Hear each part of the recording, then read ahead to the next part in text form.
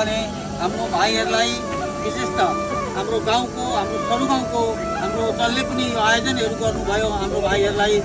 मुरी धन्यवाद र आफ्नो यो टुर्नामेन्ट त्यत्तिकै पनि उहाँहरूले राख्न सक्नुहुन्थ्यो तर उहाँहरूले त्यो सोच्नु भएन कि आज हाम्रो साथीहरू हाम्रो लागि देशको लागि बलिदान दिनेहरूको लागि हामी स्मरण गरेर उहाँहरूको स्मृतिमा यो टुर्नामेन्ट नकआउट क्रिकेट टुर्नामेन्ट राख्नुभयो र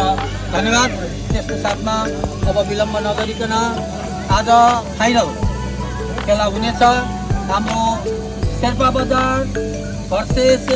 रैनपुर। उहाँहरू फाइनलमा पुग्नु भएको र आज फाइनल खेला हुनेछ र म अनुरोध गर्छु हाम्रा शहीदका पिता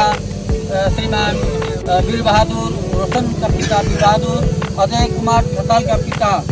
अनिल कुमार ठटाल र अङ्कर लामाको धर्मपत्नी श्रीमती मुना लामा उहाँहरूको बाहुलीबाट अब हामी रिबन काटेर हामी ओपनिङ गर्छौँ र शहीदहरूको स्मरण गर्नेछौँ। धेरै धेरै धन्यवाद गुरुवर केशव काफेज्यूलाई। र अब पिचको माझा गई मैदानको माझा गई हाम्रो जति पनि आजको आदरणीय अतिथि विशिष्ट अतिथिहरू हुनुहुन्छ उहाँले दुवै टिमका खेलाडीहरूको हौसलालाई अब्जाही गर्नुको निम्ति उहाँलाई शुभकामना दिँदै आजको यस खेलको शुभारम्भ गर्नुहुन्छ भन्ने हामी आशावादी छौँ। नकआउट क्रिकेट टुर्नामेन्ट र यो खेला हाम्रो हुनसक्छ खेलाको अन्तराल खेलामा कम्पिटिसनको या प्रतियोगिताको भावना आउनु पनि जरुरी छ तर यो खेला प्रतियोगिता भन्दा पनि धेरै एउटा साङ्केतिक हो र यो सिम्बोलिक खेला हो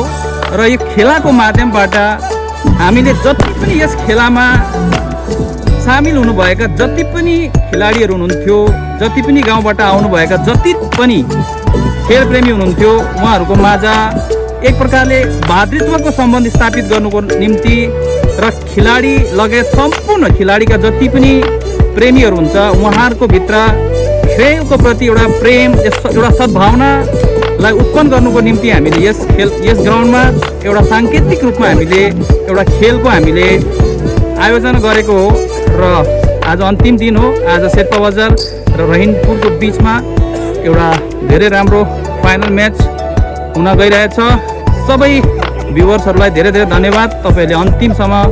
यस भिडियोलाई हेरिदिनु भयो र दुवै टिमलाई शुभकामना दिँदै म आफ्नो यो सानो